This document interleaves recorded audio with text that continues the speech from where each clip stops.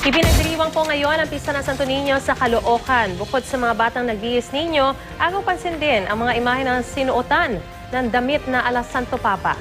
Ang mainit na balita natin ni Steve Dailisan.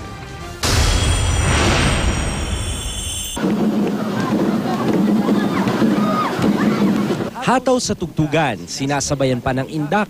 Wala rin pagsidlan ng ngiti ang mga nakiisa sa parada. Ganito ko ipagdiwang ng mga taga Maypaho, Caloocan ng kapistahan ng Santo Niño. Siyempre, ang Niño na bida ng pista, iba't ibang bihis.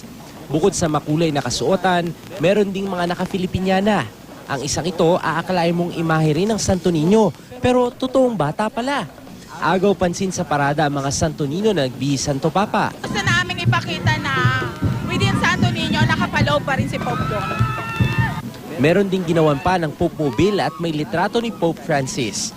Ang inspirasyon daw na inihatid niya sa pagbisita sa bansa noong nakarang linggo, nais panatilihing buhay na buhay, lalo na sa mga bata.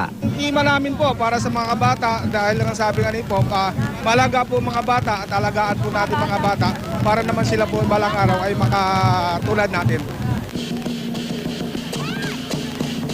At kahit nasa susunod na buwan pa ang Chinese New Year, heto't may lion at dragon dance na rin sa pista.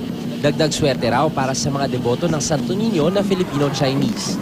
Kagyat na nagdulot ng pagsisikip sa daloy ng trapiko ang parada, pero sulit naman daw ang minsanang kasiyahan na syempre busog din sa masarap na handaan.